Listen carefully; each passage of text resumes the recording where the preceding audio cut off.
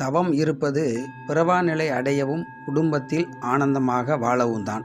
ஆனால் குடும்ப வாழ்வில் இருந்து தவம் செய்யும்போது குடும்பத்தில் ஏற்படுகின்ற பிரச்சனைக்கு காரணம் என்ன? தவம் செய்தால் குடும்பத்தில் குழப்பம் தீர வேண்டும், ஏன் சண்டை வருகிறது? இது தீருமா? ஆரம்ப காலத்தில் தவம் இருக்கும்போது முதலில் அடுத்தவர் மனதில் நினைப்பது நம்மை அறியாமல் நமக்கு புரிய ஆரம்பிக்கும். மனதில் ஒன்றும் வெளியில் ஒன்றும் பேசுவதால் நமக்கு கோபம் வரும். கணவன் மனைவியிடையே சண்டை வரும். உள்ளொன்று வைத்து புறமொன்று பேசுவதால் சண்டைதான் தொடர்கிறது. தொடர்ந்து தவம் இருந்தால் பக்குவம் ஏற்பட்டு பிரச்சனையே குறையும். அடுத்தவர் மனதில் நினைப்பது தெரிவதால் தான் தவத்தில் இருப்பவர்கள் குடும்பத்தில் பிரச்சனை வருகிறது.